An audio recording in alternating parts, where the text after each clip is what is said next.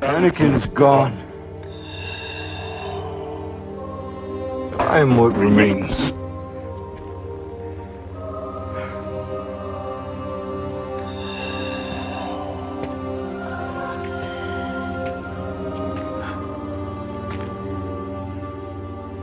I'm sorry. I'm sorry, Anakin. For all of it.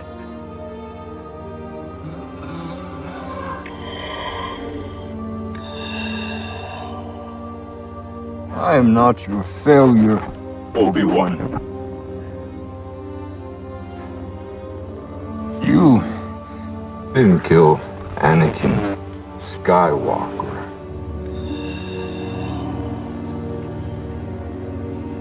I did. Perhaps the most complex character to ever emerge from the big screen, Anakin Skywalker, otherwise known as Darth Vader, is one of the most iconic, if not the most iconic cinema characters in all of history, and perhaps one of the most iconic characters in all of fiction alongside the likes of Batman, Superman, and the Joker. Everyone knows who Darth Vader is. Alongside being one of the most memorable and iconic characters, he is one of the most broken. When you bring up the characters that are broken, shattered, or emotionally wounded, Anakin and Vader normally comes to mind.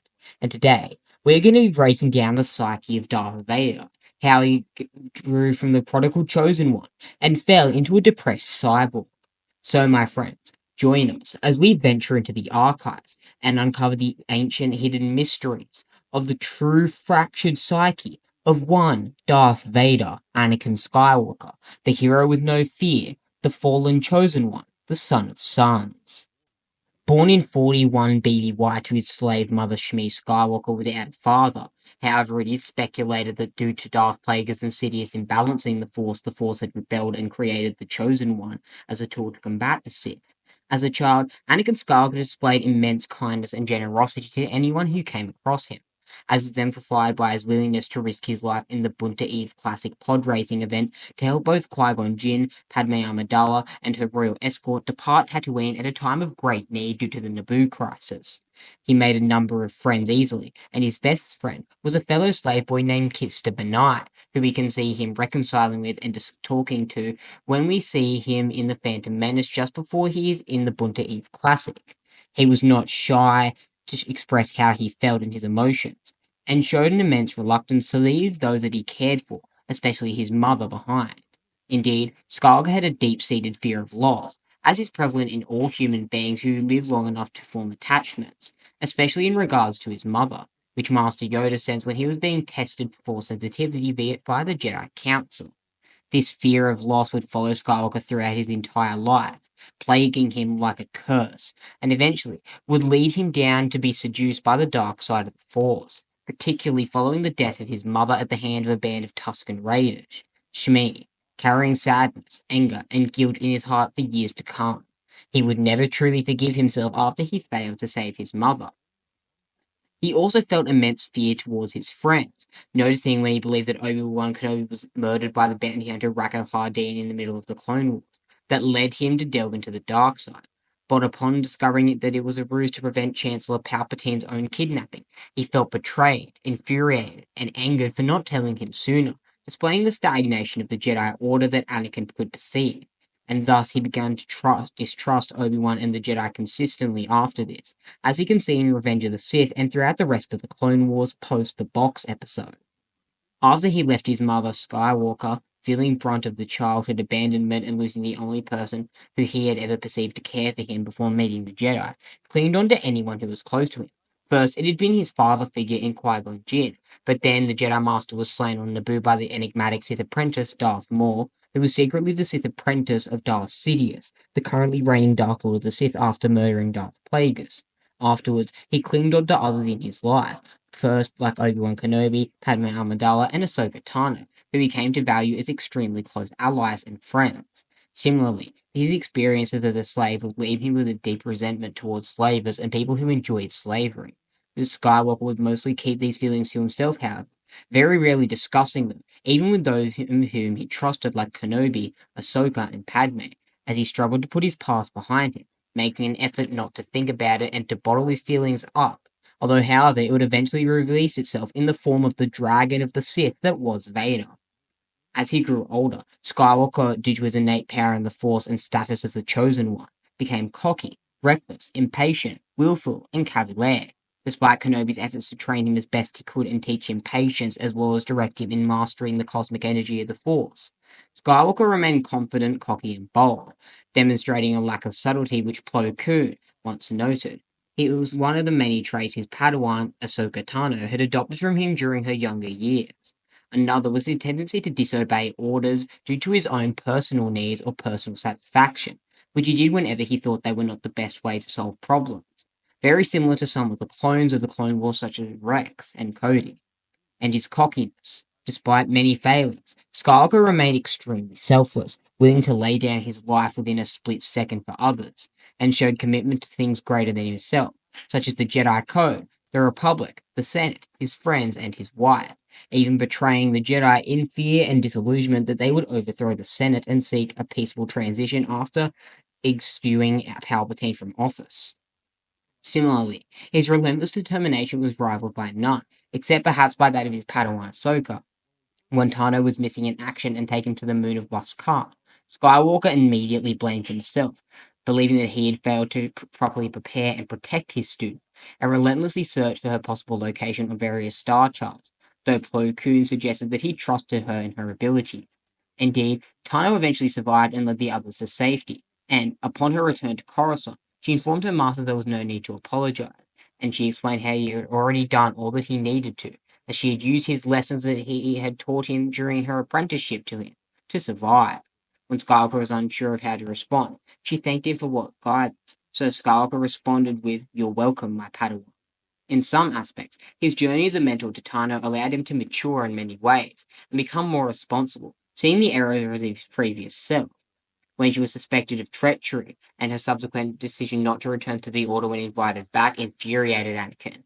His Skywalker's emotional balance, however, was disputed and disrupted by the Jedi High Council's decision to expel Tano from the Order, and though he greatly missed her, Skywalker respected her wish to stay away from the Jedi that was nearing stagnation and near annihilation, and when he sent her aboard the Silver Angel by allowing the ship to pass his Venator-class Star Destroyer, not engaging in contact with her despite his immense desire to.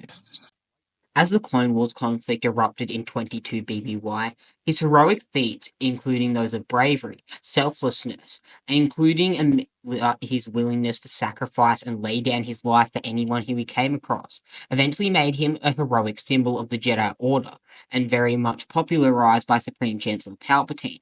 Hailed by many as the warrior savior of the Galactic Republic, he earned the moniker of the hero with no fear, and he was fostered and liked by Supreme Chancellor Palpatine, applauded consistently by the Galactic Senate for his penchant to show off an immense power, and popularized thanks in no small part to Palpatine's favoritism of him on the HoloNet News, unbeknownst to Anakin and the Jedi Order as well as the Senators, however, and the wider galaxy. Palpatine was grooming Anakin to become his new apprentice, and after the death of Dooku on the Invisible Hand, something that Palpatine orchestrated, with him believing that if Anakin could kill both General Grievous and Count Dooku on the same day on the Invisible Hand, he would wipe out the majority of Separatist figureheadship and leadership, and therefore making him the most popular Jedi in the galaxy and seen as a national treasure and hero.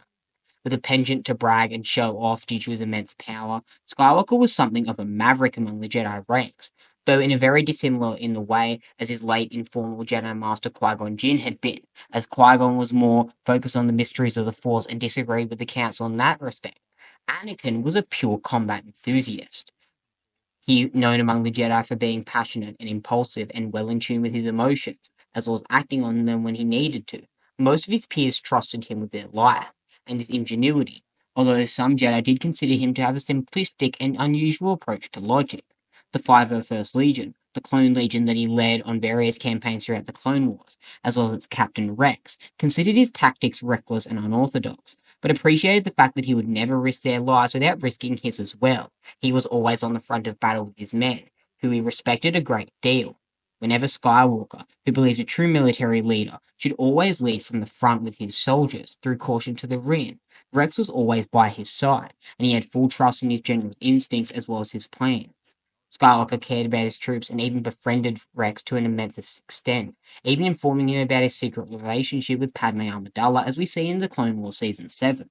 Skywalker also displayed immense eagerness and dedication to ending the Clone Wars, which he believed, by their final days, were destroying the principles of the Republic, after his seduction and corruption and indoctrination into the Sith and rechristenment as Darth Vader. Though he was committed to the Jedi Order ever since he had joined, with it being a dream of sorts, Skywalker was deeply conflicted about it, wanting to walk away multiple times and even noting to Obi-Wan Kenobi once during a mission in the Clone Wars he was briefly considering resigning from the Jedi Order, and during the Clone Wars, particularly because of his love and secret marriage to Padme Amidala, whom he believed he could physically not live without, and it would drive him into despair, depression, and death. Overprotective and prone to jealousy, Skywalker's affection for her was suspected by some of his peers, including Obi-Wan Kenobi and Ahsoka Tano. At least Obi-Wan Kenobi and Rush Clovis knew for certain that he was attracted to her, but did not know about the secret relationship in Kenobi's case until the tail end of the war. Ahsoka Tano also came to realize her master and Amidala had formed a romantic relationship, and Rex knew for certain, with Skywalker trusting his captain to look out for passerbys as he spoke with Amidala in secret. Another source of conflict was his dwindling trust and increasing resentment towards the Jedi High Council, which was rife with stagnation and not advancing in the ways as the Sith were, as they were preparing for a millennium to fight the last war, without taking into account that the Sith had changed. He was distrusted by them, and was not treating him with enough respect, despite his heroic outbursts and feats of bravery in the battlefield in the Clone Wars. These feats and resentments were further fomented by Palpatine's manipulations and machinations, as some of the councils, as well as Kenobi's decisions, as well as his friendship with Chancellor Palpatine, of whom the council was very wary of and kept secrets from. Kenobi and the Jedi Council not standing with Ahsoka Tano during her trial in the Republic Senate greatly enraged him, with the Jedi coming to a resignation and coming to a decision and verdict largely before they had enough evidence in order to conclude such an outcome, and even offering her back into the Jedi without an apology, believing that they were right all along and had merely been misguided and that it was not their fault. A very disillusioned mindset, mind you.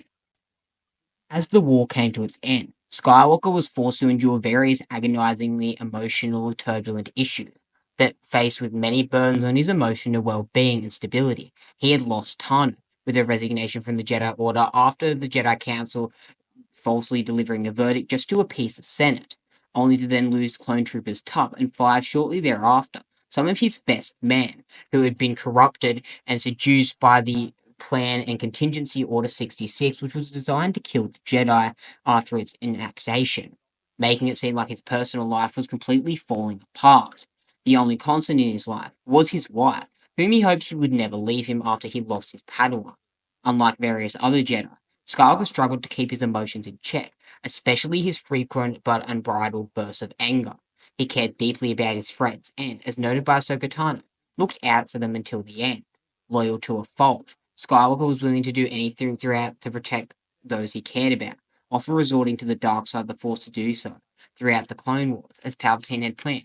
Skywalker's increasingly bursts of anger would push him ever closer to the dark side, but his fall was ultimately triggered by the fear of loss after experiencing heinous visions of Amidala dying in childbirth, which were unknowingly planted by Palpatine in his mind to fuel his desire and indoctrination into the Sith. This fueled Anakin's desire like a furnace to obtain enough power to save his loved ones from death, goaded even further on by the tragedy of Darth Plagueis the Wise, the parable told to Anakin in Revenge of the Sith that convinced him that the powers of life and death did exist. He would then justify this immoral and ruthless actions as being all necessary to bring peace, justice, and order to a galaxy that was fractured in chaos. As a teenager, he liked to explore and see places and fix things. Sometimes when he felt trouble during his time as a Jedi, Skywalker would retire to his highly customized quarters in the Jedi Temple, wherein he would tinker with droids to pass the time. Is something that he found enjoyable and something that was a passion and hobby of his. In a similar fashion, he would keep his ship the Twilight during the Clone Wars, since the freighter offered Skywalker plenty of opportunities for tinkering with machinery and altering it, enhancing it to become one of the greatest vessels in the galaxy in terms of modern freighters. As Vader, he would continue to repair his starfighters himself, and the act of repairing things would be akin to a form of meditation for him. Thinking of Vader's life as the Sith Lord and his life before he had fallen to the dark side, Saber believed that Anakin Skywalker was someone who had never truly controlled his own destiny in life, and as such, she hoped to give him a chance to take control of his own existence. When she said as such to Vader during the Force Wave event, she was unable to finish the sentence before being forced back by a blast of Vader's out-of-control power and fury. Alternatively, Kenobi levied the blame for Skywalker's fall at Skywalker himself, although Kenobi had endured a long period of blaming himself consistently for Skywalker's fall to the dark side, having not reconciled with his opponent, and having not acknowledged Skywalker's emotions and rather pushed them aside as he believed it was the Jedi doctrine and way to do so. For 10 years following their duel on Mustafar, Kenobi blamed himself for Skywalker's fall and apologized to his former disciple after their duel on the Barren Moon. Vader, however, rebuked Kenobi and took credit for killing Anakin Skywalker personally, trying to believe that the Jedi Knight had once been was dead. Finding himself able to move on after Vader's comment, Kenobi noted how Skywalker had all the tools needed to choose the path of the light side consistently, but made the conscious decision on his own not to. He reminded the spirit of Qui-Gon Jinn multiple times that, no matter what level of fault each of them had, with Qui-Gon bringing Anakin to the Jedi Order and Kenobi at a young age training him, the final decision had been Skywalker's alone. Despite this, all the same, Kenobi greatly missed his brother. Upon his conversion and indoctrination to the Sith and subsequently the dark side of the Force, Skywalker's arrogant streak became far more prominent, and for a short time, he believed himself to be even more powerful than his master in Palpatine, as he proclaimed on Mustafar to his wife.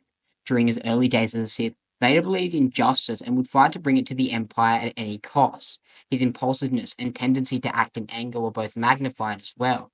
For instance, when he discovered that Kenobi had stowed away on his wife's ship when she came to Mustafar, he immediately jumped to the heinous conclusion and assumption that she was conspiring with his former master, and strangled her with a Force choke. Despite this, Vader did experience a significant level of regret for the decisions that he had made to save Amidala, and constantly tried to resurrect her during the Moment crisis in the Darth Vader comic series written by Charles Soule. However, all that changed following his defeat at Kenobi's hands, having lost all that he had done to turn to the dark side to preserve, having no other path. He fully embraced the dark side and became, in Palpatine's words, a true Sith, believing he'd become an irredeemable beast, a monster of the dark side. Vader devoted himself fully to furthering the development of his relationship to the Force, finally tapping into his immense Force power that he had had as Anakin, learning to expand his power, and using the pain of Amidala's death as fuel. Like a furnace, he was filling it with coal, and the tragedies in his life was fueling it. All the same, the Jedi training droid Arax believed that early Vader was someone who remembered the teachings of the Jedi despite his newfound devotion to the Sith, both due to what Palpatine taught him about the relationship between the Sith master and apprentice, and his own days and personal tendencies. Vader, in his early apprenticeship, was completely devoted to Emperor Palpatine fanatically, and in his first days as a Sith Lord, Vader was comforted and confronted by a vision of himself finding redemption to the light by murdering Palpatine and apologizing to Kenobi. However, Vader refused the vision entirely, declaring that he had lost everything else in his life and an existence as a Sith was all left he could be. Vader also held contempt for those who he betrayed the Empire, such as when he accused Leia Organa of being a traitor aboard the Tantive 4 in A New Hope, one of the most famous scenes in all of Star Wars, as he accused her of being a member of the Rebel Alliance and the Galactic Council. However, as his power grew, and particularly after learning of his son's existence, his devotion to Sidious dwindled considerably. Instead, he considered that his son and him could rule the galaxy together instead of the Emperor, as the new rulers of the Empire. Over the years since his fall and descent into darkness, Vader had also developed a new, more hardened and disciplined persona. He'd become utterly brutal and ruthless, merciless, refusing to retreat no matter what, and was virtually devoid of mercy except on a few extremely rare occasions, and known to occasionally and quite often kill off his own officers for their failures.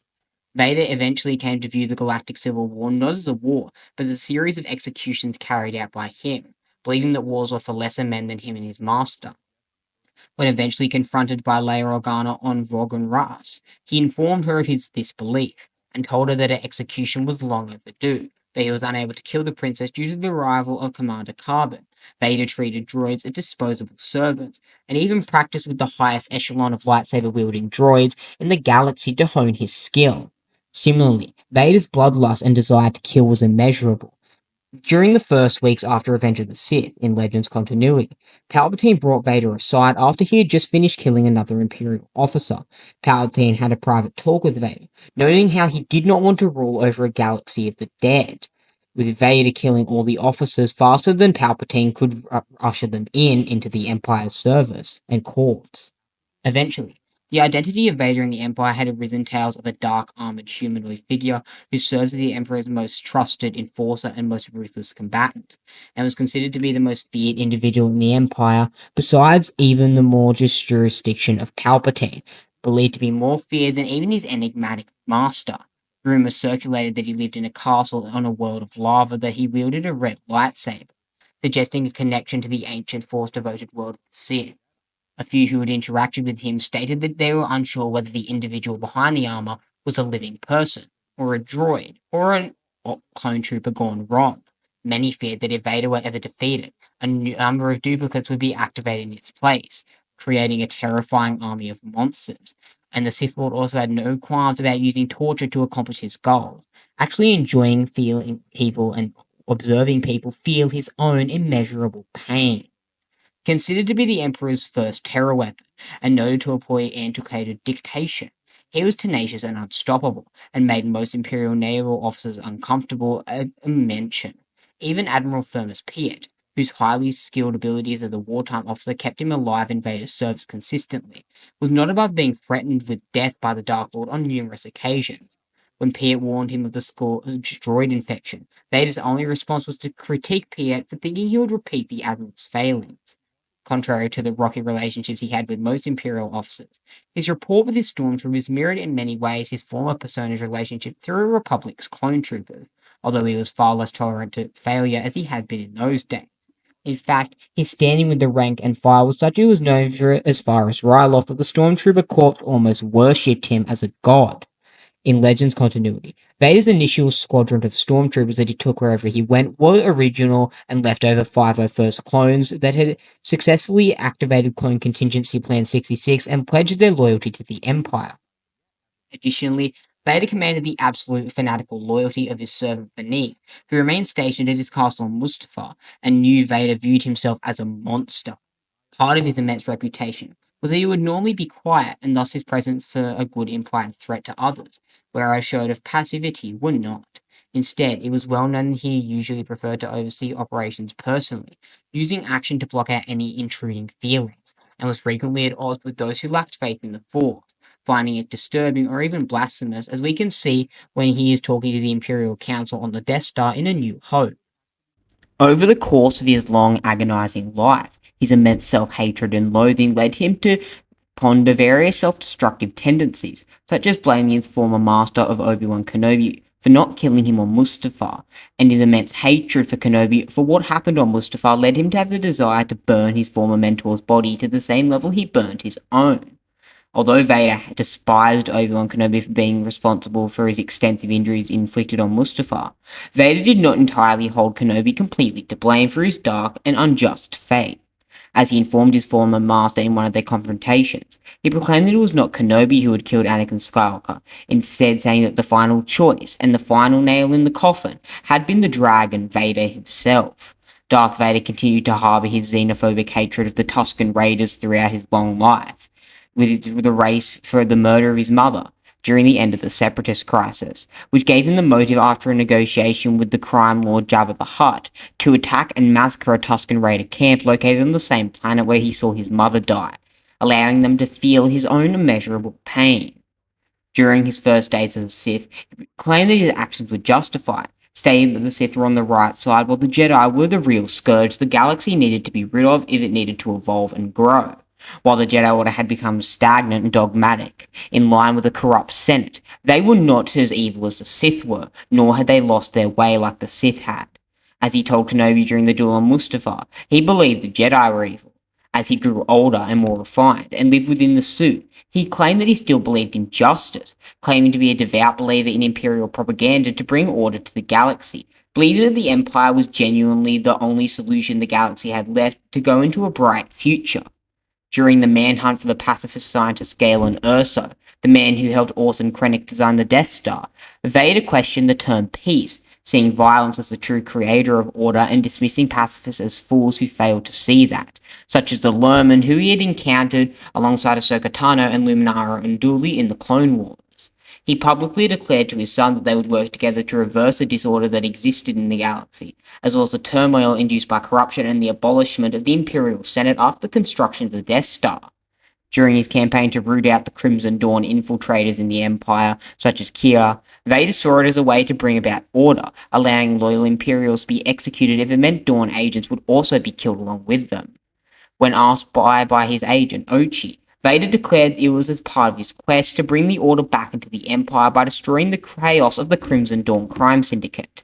When his agent Sabe declared the end of Jewel Tambor's revolution as a path to peace on Skako Minor, Vader was briefly silent for a moment before correcting her, telling her it was more correct to say that they were bringing order to the galaxy, a very similar proclamation that he had made to Obi-Wan Kenobi, saying in Revenge of the Sith that he had brought peace, freedom, justice, and security to his new empire before being dismembered by a triple Maquis. As a Dark Lord of the Sith, Vader drew power from his anger and pain, raging at the loss of his wife and unborn child, his betrayal by the Jedi, and Kenobi for his grievous injuries. He once raised in the villa of a Mapusu town entirely to draw out Kenobi himself, and often used pressurized meditation chambers that allowed him to remain without his helmet, the neural connection to his armor, during which he felt perpetual agonizing pain due to the hasty condition and unique cybernetics derived from General Grievous that had been used to build Vader's armor, that Kenobi had inflicted on his flesh. During such mediation sessions, he would often meditate and use his pain to feed his hate, which in turn fed his immense wellspring of strength, and he never laughed, claiming to not feel regret and yet haunted by his past and the screams of his wife. And he was determined to never ever speak about his old life, and detested all that reminded him of his past self, whom he deemed to be weak and inferior. Although Anakin was far stronger than Vader ever was, Vader became unarguably a better combatant than Anakin ever had been and ever would have been. Vader was a brutal dictator. Vader wasn't like Palpatine. He didn't want to rule the galaxy. He wanted to bring order, and his version of order was killing every single person that stood in his way. He dared not remember such a period of his life that he deemed traumatic, which he despised. Indeed, through the usage of the dark side, he kept his memories as Anakin Skywalker buried deep inside his broken psyche, although it took a great effort even after 20 years of practice. Although he retained access to Skywalker's memories and his own experiences, this barrier was such that he refused to even think of Skywalker as himself, referring to internally as Skywalker's memory as those of the Jedi. As such, Vader rarely thought or dwelled on the thoughts of his former name and life, and believed that no one in the galaxy should mistake him for Anakin Skywalker, wanting none to forget his status as a Sith Lord. This caused Grand Admiral Thrawn, when he discovered that Vader was actually Skywalker due to their similar battle tactics, to never mention that they were one and the same. A similar thing that occurred with Ahsoka Tano, Grand Moff Tarkin, and Gallius Rax. Still, his rapport with the stormtroopers who supported him, and the technique he displayed in wielding his crimson lightsaber, made Wilf Tarkin suspect the truth. When he reprogrammed Arax tried to help Vader regain control of his powers during the Force Wave incident by suggesting Jedi mediation, Vader decreed the Jedi Order as focusing on weakness instead of power, threatening Arax by reminding the unit of how he killed the unit's master, Kirakin Fala, and demanding Arax to not speak of the Jedi to him ever again. After Arax, who admitted they may be presuming too much, repeatedly suggested Jedi teachings to him during the battle for the Executor, Vader destroyed Arax in a brutal raid very similar to Kylo Ren, and adopted a direct method of attack to regain control of his flagship, led by him. Upon his fateful reunion with his Padawan Ahsoka Tano, Vader expressed no qualms or desire to rekindle the bond he had once shared with her, boasting that he had killed Anakin Skywalker personally, just as he had said to Kenobi, although he claimed that he would spare her and work alongside her once more if she would concede to helping the Empire locate any hiding Jedi who survived the execution of Clone Order 66. He cruelly resolved to kill her when she defied his offer, and he spurned her offer of compassion. During a mission with Grand Admiral Mithrom Nirodo, more well known as Thrawn, who he had met and befriended Skywalker during the Clone Wars, Vader repeatedly declared that Skywalker was long since dead, eventually forcing the Chiss officer to admit the man he had befriended during the war was completely gone, buried beneath the ebon armor of Vader. Upon hearing Thrawn admit as such, Vader declared that they would never speak of that man again, although Thrawn stated he would always carry Skywalker's memory with him, befitting his philosophy that someone was never truly gone if a friend remembered them. A very unique philosophy of Thrawn in my personal opinion, and one of his best. Much like before, Vader remained an impatient man, although he tempered his impulses and fits of rage with the faithful obedience he gave his Sith Master Sidious, viewing Sidious as all he had left after the death of his wife. Vader also accepted that Sidious could be even more hateful than even himself. Vader nevertheless remained an extremely pained and tortured man, and so he would try to hurt himself and others to relieve himself. As sensed by Grandmaster Yoda, Vader's presence in the Force was hard and strong, fiercely pulsing when he sensed him. However, Vader's presence also carried a great, crushing loneliness, which only increased after he killed Obi-Wan Kenobi, one of the most painful and impressive reminders of his past life. After donning the black armor, Skywalker's personality changed completely. He was now a rattled man, shaken by the perceived betrayal of his dearest friend, his former comrade in arms, and his wife. Upon donning the armor that kept him alive for the better part of 20 years, Vader initially remained uncertain, but regained his self-confidence following his killing of Roan's shrine on Kashyyyk, a Jedi Master who was incredibly notably powerful.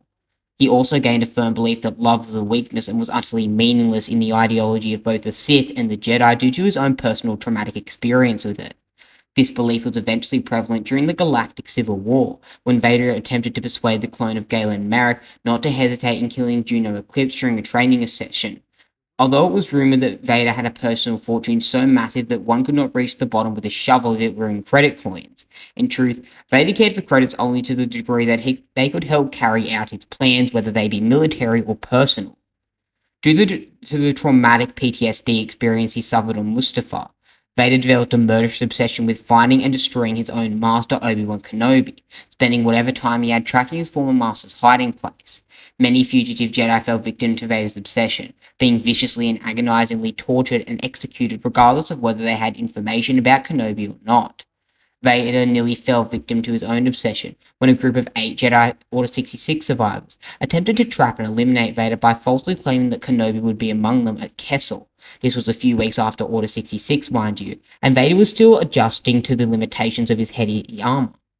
While Vader managed to kill most of them, it was ultimately overpowered and was nearly executed until a detachment of the 501st Legion of Clone Troopers arrived and gunned down the remaining Jedi on the order of Sidious.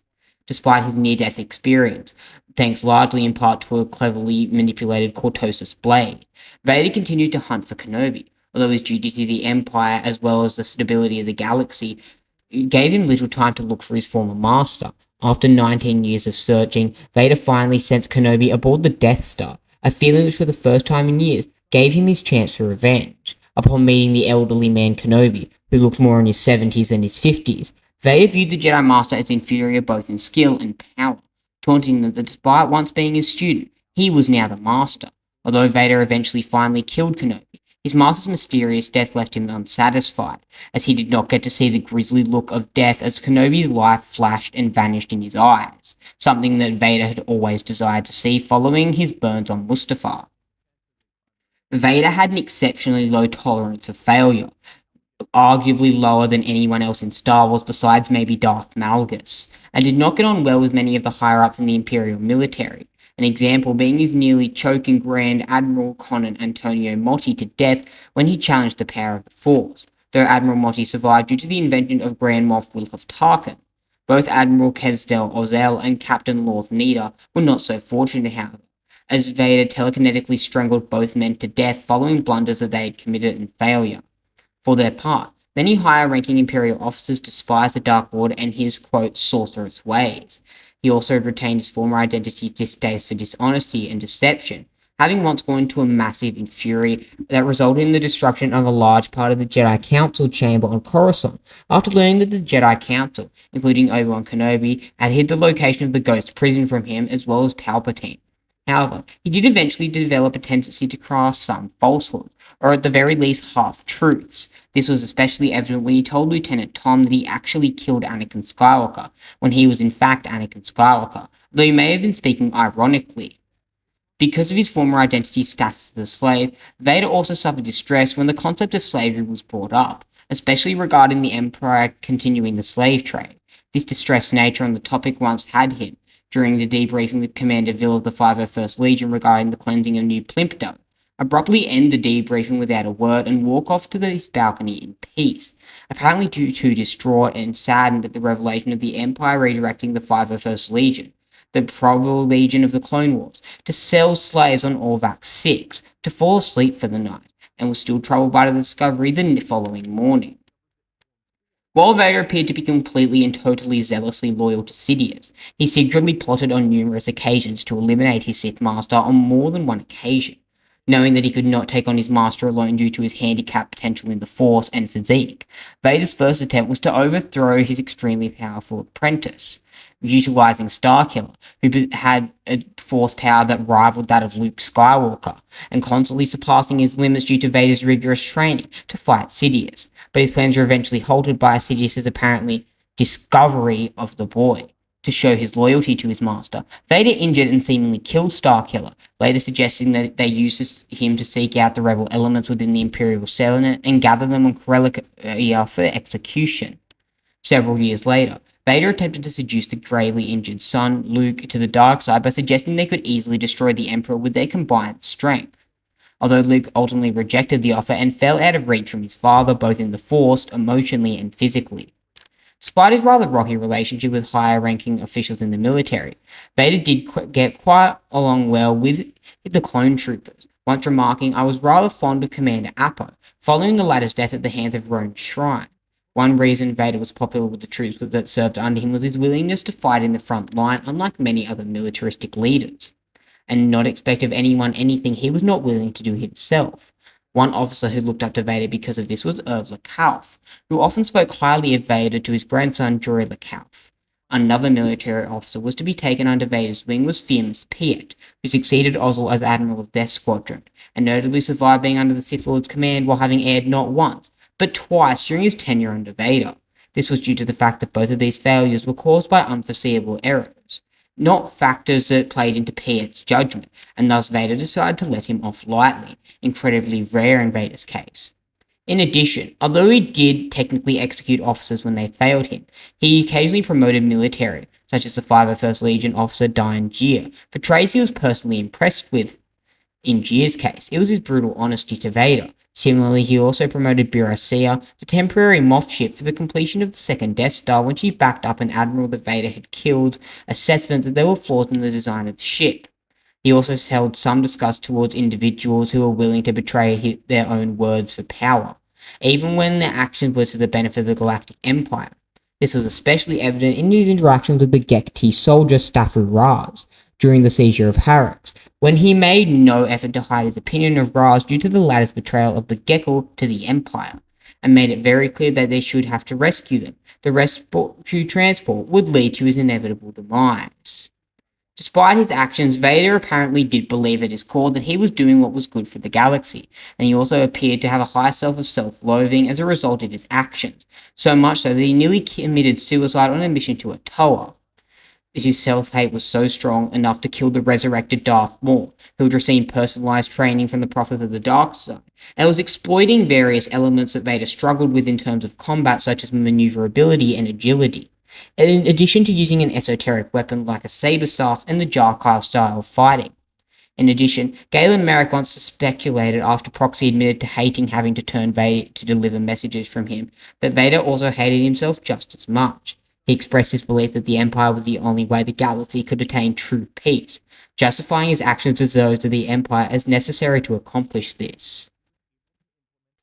In addition to this, he also made it extremely clear to the bounty hunter Dengar at one point, while he did kill when he felt it needed to be done, he did not take immense amusement out of it like his master did, with Sidious being so vile that he cackled when people were dead. In addition, by the time of the Battle of Endor, he also had a strong belief that he was completely and utterly irredeemable, which he relayed to his son with some remorse when capturing him at Endor, in response to his son's attempts to get Vader to free himself from the shackles of Sidious. Vader was extremely conflicted following the discovery of his parenthood, extremely emotionally conflicted. Vader's thoughts of his son, Luke, led to thoughts of his late wife, the woman that he had loved and destroyed, thoughts he could not allow himself. Memories would resurface whenever he felt Luke near him, sensed him through the Force, and so believed in erasing the part of his past that he'd become afraid of. He'd become afraid of his compassionate son, not because of his mastery of the Force nor his skill with the lightsaber, but because Luke was the only person in the galaxy besides maybe Padme that could make him question the dark truths that had long ruled him. In the eve of the Battle of Endor, Vader claimed multiple times it was too late for him, even if his son stubbornly felt there was still good left in him. Vader would close off all questions with the dark side, but he showed concern for his son until the end. Ultimately, it was Luke's cry for help while being tortured by Palpatine that caused the long-dead spirit of Anakin Skywalker's fire to burn bright within Vader, showing that despite all the evil acts that he had committed, there was still good in him. After sacrificing himself to save Luke from the Emperor, he admitted that Luke was indeed right about his father still having good in him. At the end of his life, Skywalker broke away from the dark side, becoming the whole Force again. Redeemed by his son's love, father and son made peace before Skywalker became one with the Force and was reunited with his one ones in the netherworld of the Force. His love for Luke also challenged the Emperor.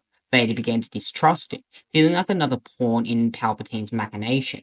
He planned to kill him multiple times and usurp his throne, considering himself best a ruler as long as Luke was by his side. His concern over being a pawn of Sidious escalated and ended up being validated when Sidious attempted to replace him with Luke after Luke proved more powerful when amplified by a rage amp on the second Death Star, much like when he replaced Dooku with Vader. Vader became instantaneously shocked when he sensed that he was not the father of one child, but two when he telepathically sensed his daughter Leia through Luke's memories. Prior to dying, Skywalker told Luke to tell Leia that he was right about him, and he wanted his daughter to remember him as a good person in the end. Smiling at his son, Skywalker then died in peace.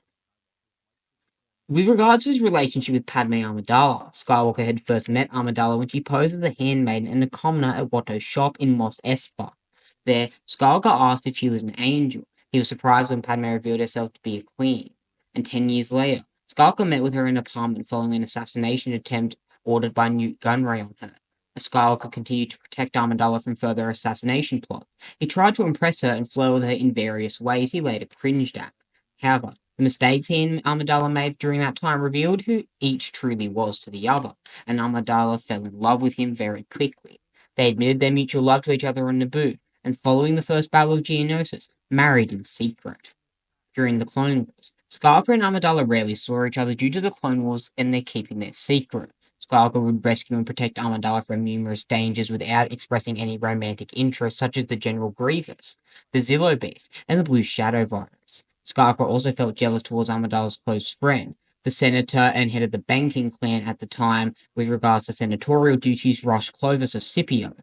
Despite Amidala's assurances that it was over between her and Clovis, Skywalker still felt very paranoid, anxious, and uneasy when she accepted the Jedi Council's mission to spy on Clovis. After leaving Cato Nemoidia, Skywalker assured Amidala that he never had doubted her. Later, however, it was proven that Skywalker did not completely trust Clovis with Amidala, as Skywalker attacked Clovis when he tried to kiss Amidala, but Amidala thought they should not see each other for a while. When Clovis appeared to have rejoined the Separatists, Skywalker led his forces and personally attempted to rescue Amidala, showcasing his care for her even as he attempted to keep his emotions secret.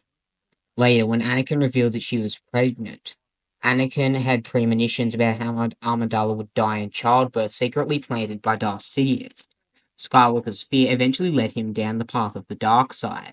Palpatine told him how Darth Plagueis taught his apprentice how to cheat death, but he later stated he needed Skywalker's help to learn the power himself. And Palpatine had not learned midichlorian manipulation or mastered the sciences of the moon. Being focused on the possibility that Amidala could possibly be saved, Skywalker did not notice the contradiction. On Mustafar, Skywalker, now pre-christened as Darth Vader, Force choked her when he believed that she had brought Kenobi to kill him on the volcanic planet. Following his duel with Kenobi, Vader continued to feel Amidala, and after his rebirth, however, the Emperor told Vader that in his anger he had killed her. Vader mourned her and gave in to his anger, destroying the various medical droids surrounding him and then attacking Palpatine, screaming that he had claimed she could be saved. Vader believed Palpatine's lie that he had killed his wife because he remembered that he had attacked her. Thus, the man that was once Anakin Skywalker was completely cut off from all his former allies and family, instead placing the Emperor as his only source for guidance and refuge, as Palpatine was now the only thing he had left. As a Dark Lord, Vader tried to find ways to resurrect Amidala multiple times, yet he found Darth Maul's portal was unable to do so, and afterwards he decided to dedicate himself fully to the study of the dark side, but he still longed inevitably and eventually to restore his wife to life, only for his attempts to always end in failure. Even after informing a vision of Amidala that the man she loved was dead, force choking the vision, just as he had choked the real Amidala on Mustafar to reject her love. He, deep down, still loved her, and he could never ever let go of the agony caused by killing his wife, the one being besides maybe Luke that he truly cared for. Vader eventually discovered that Amidala had given birth to a son, Luke Skywalker, and a daughter, Leia Organa Solo Skywalker. He even learned of Amidala's last words, which filled him with perpetual grief and sadness, though Luke's actions of love.